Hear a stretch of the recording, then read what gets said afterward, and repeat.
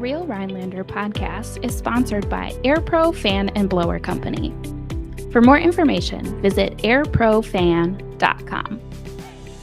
Hi, everyone. Welcome to the Real Rhinelander podcast. My name is Lauren Sackett. I'm the CEO of the Rhinelander Chamber, and our guest this month is Ashley McLaughlin from ArtStart.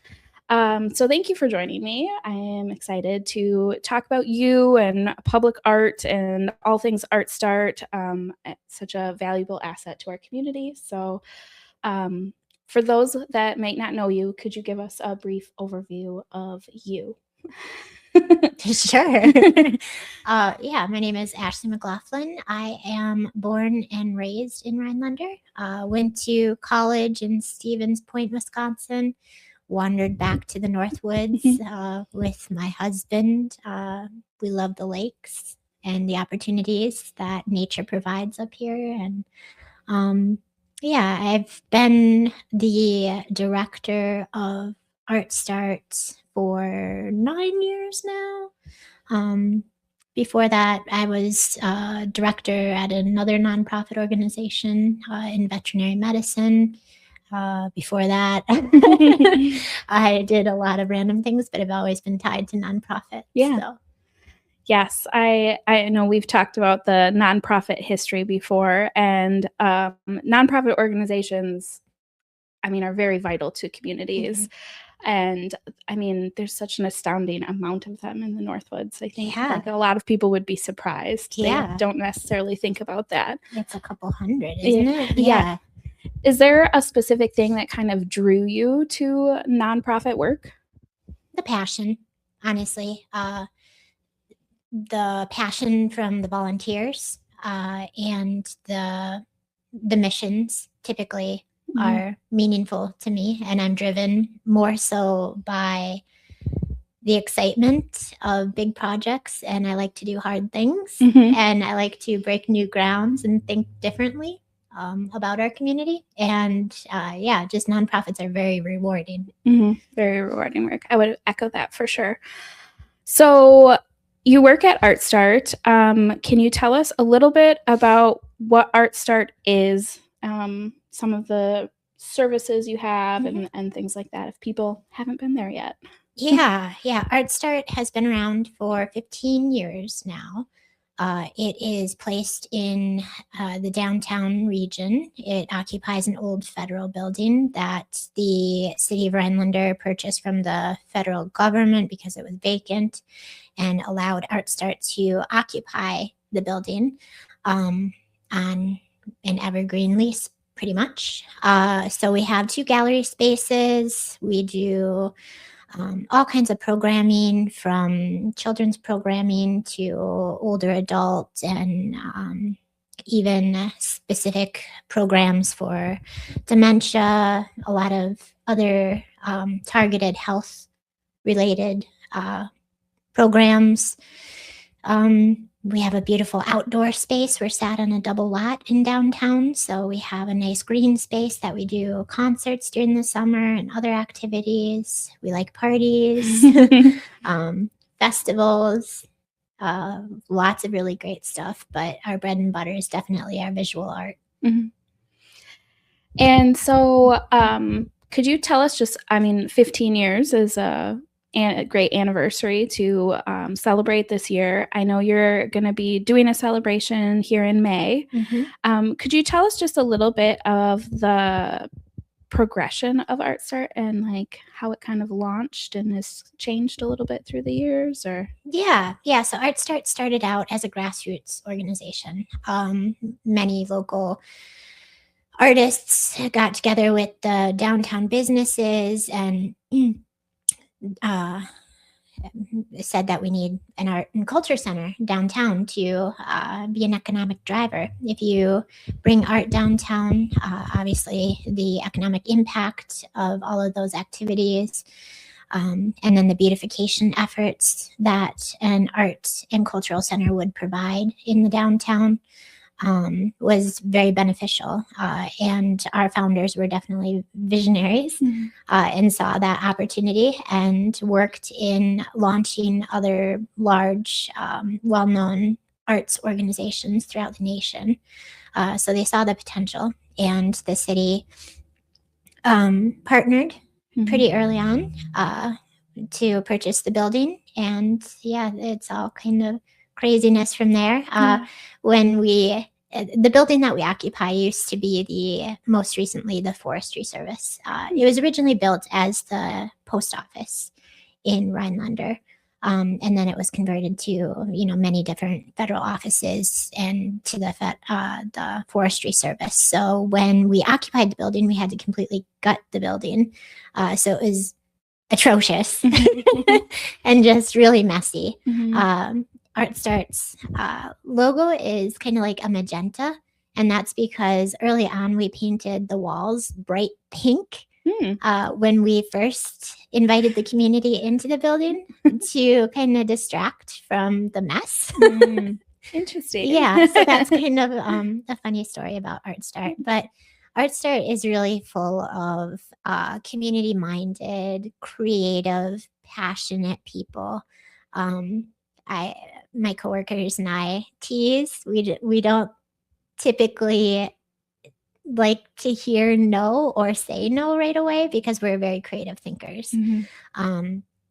We know that pretty much everything is possible. It just might need a little bit more time and a little bit more conversation. Sure. ArtStart is a place where we can have difficult conversations, and community organizations and many different types of people also use our space. And it is free for any community group or nonprofit to come in and use the classrooms, use the meeting space, use the community spaces. We just really want our community to have a place to come together and in the betterment of the community. So that's one thing that we're very passionate about. Of course, we do birthday parties and fun things like that too in the space, but it's kind of really crazy how often the building is used by community groups. We've used it for our leadership class before, meetings, things like that. And so you've also kind of expanded outside your walls a little bit. I know that there's been kind of a ever-changing exhibit that's been taking place out at the airport too. Are there any other instances that, where people are seeing the work you do outside of your walls? Yeah, a lot. And I think that arm of ArtStart really started, or maybe not started, but really was defined during COVID, just because that was a time period where it was difficult to get people into our space. But we learned that taking things out into the programming or out into the community and programming with other partners that were already doing things that we wanted to do was really beneficial to our community. So the airport, they wanted beautification in their lobby space. So we have art there, mostly local Northwoods artists we showcase there. And they can sell their artwork as well there. So that's great. We do many different programs in the schools where we bring in artists or different folk artists or cultural workers into the schools. And what else do we do? Public Art Commission. I helped the city kind of form a Rhinelander Public Art Commission to have a pathway forward for artists and the city to accept artwork and think about public art. We're on many different coalitions in the community and in the Northwoods. One project that we're known for is kind of the skate park project. And that the meaning of that project has led us to really deep dive into the health of our community, and particularly the mental health in our community, and the challenges and the gaps in services in those areas. So we've stepped into more programming and offering our services for more training opportunities and teaching opportunities about things that will address mental health and strengthen our community more. Partnering with the Oneida County Health Department and Aspirus, and that's been an interesting step forward for us. Maybe not what you would typically think of like a art center, but but naturally it goes hand in hand, and we've done it without really naming it since the beginning. Many of the exhibitions we would, program on different opportunities or target specific populations that were underrepresented and needed to be seen and talked about in the Northwoods. And although that's challenging, that's a good challenge for our community. Yeah, definitely.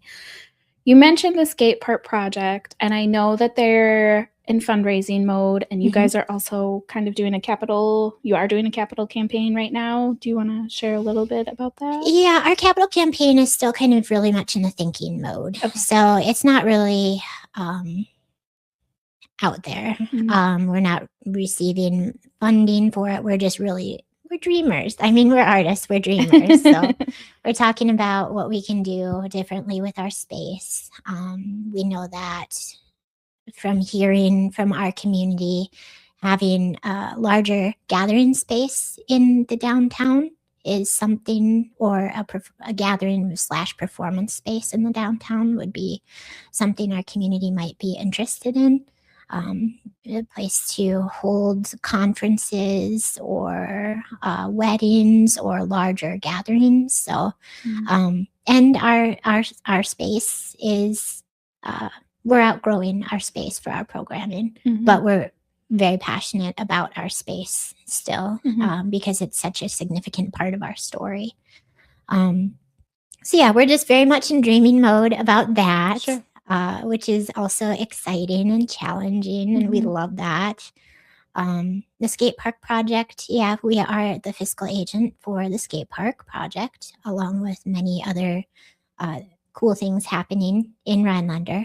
They're in their fundraising phase, like you said. We partnered, we did a lot of work, information gathering and listening sessions from our community to kind of come up with what our community wanted out of a skate park. And then we kind of took that to the next level and called in many different design artists, skate park design artists. And I think the design is really exciting to me. It's definitely going to be a national, regional attraction. And that's exciting. And hopefully, third generation skate park, hopefully we can get it done in the community. So. Yeah. Lots of fundraising that's been going on, and it's always hard because there's so much cool growth, but there's only so many dollars sometimes. Yeah. So one of the things I wanted to touch on is like the value of art. I mean, we've kind of touched on it a little bit, and how, art has ties to your health and everything. But why does art matter for a community? Why should Rhinelander continue to find spaces for public art? And we talk a lot about murals and things like that. Could you talk a little bit about that piece? Yeah, that's a big piece. But I guess, who wants to live in a town that is all brick and gray and just blah? Beautification efforts are so important in a place that you want to live, and and for a community to retain people. Nobody wants to live in an ugly place that makes them feel unhappy. The opportunity to bring in public art also can drive economic dollars. Of course, we know people will hang out in a space that's beautiful or funky or makes them feel happy. It also connects to locals because it gives them kind of a story. It builds on the local story and gives them a sense of belonging. Just like the hodag, many locals can identify with being a hodag because it makes them feel like part of something. And yeah, there's so much that the opportunities of public art. I mean, if you're walking down the street of a city that you're not familiar with and you see a really cool mural on the side of like a coffee shop, you're probably going to go in that coffee shop, right? And immediately take a picture. Yeah, right. And then post that picture on social media, and then more people are going to come. And yeah, it's just so important. Just like planting flowers out on the street outside of businesses, it makes it feel welcoming. And people are more likely to engage with that than they are just a bare brick city. So, and then too, when you pull in maybe like the visual arts aspect and plays and programming and live music, all of the concerts and things that happen in our community, like that does bring people to town and like you said, circulate dollars and help our economy. Right. And then doing things differently too, like playscapes that are different than just one that you can pick out of a catalog, but something that is unique that children can experience with their parents. And there's so many opportunities that art can really enhance a community and benefit it in so many different ways, like we talked about. Yeah. So aside from ArtStart, can you talk a little bit about some of the other things that you are kind of involved in or have been involved in the past, and ways you collaborate within the community? Sure. Yeah. The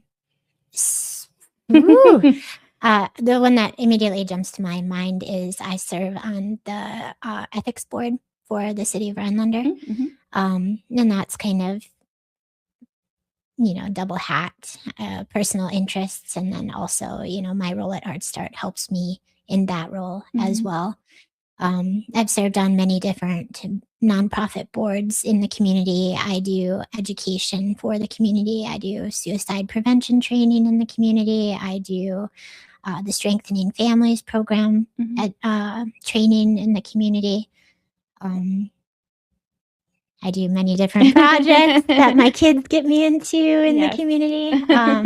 So yeah, definitely very collaborative. And typically the first call for public arts in our community. Many different things. A lot. As all of our guests have, like, there's something to be said about the community and how people really just get out and go and do the things. Like, Rhinelander's a community of doers. And and once you're kind of in the doer circle, it's like, well, if I can't do more, let me connect you with cool people that can do more. One of the things we kind of like obviously touched on with the skate park, but you also just mentioned the idea of playscape and getting children involved. You mentioned you do kind of connect with the schools. I know Mike Cheslock was just talking about the Culture Tap program. Are there other opportunities for families to, get involved? Like I saw there's an upcoming arty party. Other opportunities that they can get involved with you? Yeah. So ArtStart runs a teen art experience in that's most months except summer months in the ArtStart building. And that is led by one of our really great artist friends. And it's just basically for teenagers that want to hang out and get a little bit more hands-on with art. And it's not like structured projects necessarily, but the artist really hears from the students what they want to do, and then she tries to deepen that for them, Sure. challenge them in that. And that is right now a free program that we offer. We also go into the schools, the middle school mostly, I think is what we're focusing on, to work with the students during their downtime or their gap that they have. Like they The have, flex time. yeah, the flex time. And we send in different artists, whether it's breathwork artists or visual artists or folk artists or crafters, just to kind of engage them in art practices, and so that they're not just sitting there doing nothing. They have something to do if they want to do it. Often when I have an artist coming up that has an exhibition in our gallery spaces, they might do they might go into the schools and do a workshop with students and teach them their craft, which is really unique and fun. We also do community ed classes, like Mike was talking about a little bit. When we have artists that are a good fit, we might do more community ed classes with the artists. So there's a lot of opportunities, I guess, for parents to get their youth engaged. Yeah. We're also exploring youth arts summer art camp. That's been something that we've been tinkering with for a couple of years, and it's just been capacity. So when we have it all ironed out, and we'll launch that. We often do the art after school program, where we go in after school is done too for a short period and bring in artists to work with elementary school students. But right now we're really focusing on middle school because as part of their curriculum, they're not required to take art classes anymore after a certain age. I think 6th grade that they require, and then after that it's optional. And art to us means more than just like visual art. Art is music, art is movement, art is breath work and mind work and many different things. So I know in years past you guys have done like the outdoor concerts in the summer. Is that something people can expect to experience this year? So ArtStart recognizes what others are doing in the community too, and we want to add to it and not take away from anything that anybody is doing. So with the wonderful art concerts down at Hodig Park, now with the community band adding in down there too, that's a beautiful place to have community concerts. And we are doing a short run of concerts out at Nicolay College this summer. We'll of course have parties and events in our space that will have live music, but not concerts specifically in our space this year. Just kind of letting other community members that do makes it. sense. So, and like that's a newer, obviously the Hodig Park concert series has been happening every other Tuesday, but the Riverwalk concert series is essentially going to move to Hodig Park and do all of the Tuesdays that they're not. So every Tuesday they'll have a concert, which is awesome. And don't get me wrong, more live music is always a good thing. But just what can we do? So you guys, you mentioned that you're like a team of dreamers. If there was like a public art project or a project in general that like is like the big dream, like you would really love to see something happen, is there anything specifically that you guys are like really trying to push for? Or I mean, I can think of a couple things. Of course, the building out the community center in downtown, the way that our community has identified that they would like to use it, is one big thing that I would love to do, with beautiful gardens and just a beautiful rocking space downtown. That's one thing.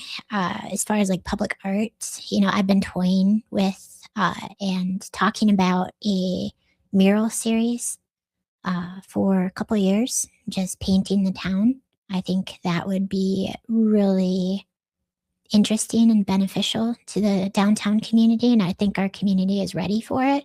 It's just pulling the right people around the table to get it done. But yeah, I would love to see more vibrant community and public art downtown. Sure. And throughout the city, I mean, honestly, and the Northwoods. Yes. Yes, not just Rhinelander, the Northwoods. Yeah. Yeah. There has been some things here and there. Some rumbles. Yeah. And then I know you've been helping a little bit with the metal hodag. Yeah, the iron hodag that's coming to town. Yeah.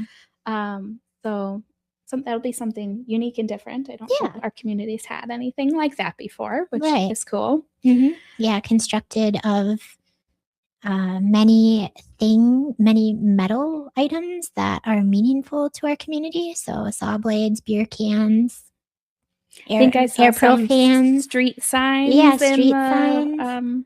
Pictures recently. Yeah, so definitely a talking piece in the downtown, not just a beautiful thing, but also, the pieces are selected on purpose by the artist. And Rhinelander really cherishes its history, so I think that's a really great element to have with that. So we've talked like ArtStart has been around for 15 years. Like, what's next? What's the next 15 years? I think the next 15 years is a lot of growth. I think we're right now in a very unique stage where we're identifying the ways that we're growing and that our community needs us differently, adding on to what we're already doing. But yeah, I can see more beautification, more growth. And Rhinelander just has such a unique group of artists that you don't even know are here because they're hidden in the woods doing their artwork. So I think and Rhinelander is known for being a very artistic community, and the amount, I think that we're going to see more of that come out. Sure. And that we're really going to identify more as a creative and artistic community. So, how can people get involved if they're watching this and they're like, oh, I would love to volunteer or financially support this? How can they connect with you?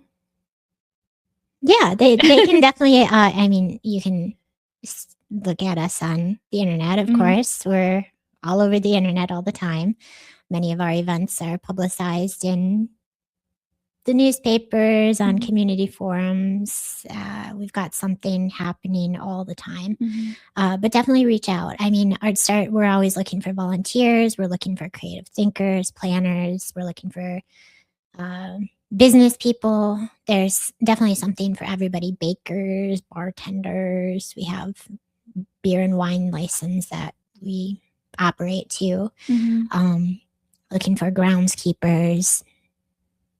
Sure. Something for everybody, honestly. And too, if you're a creative, to maybe reach out and they can help program something with you. Yeah, or if you have a creative idea that has been burning, let me hear it. Yeah.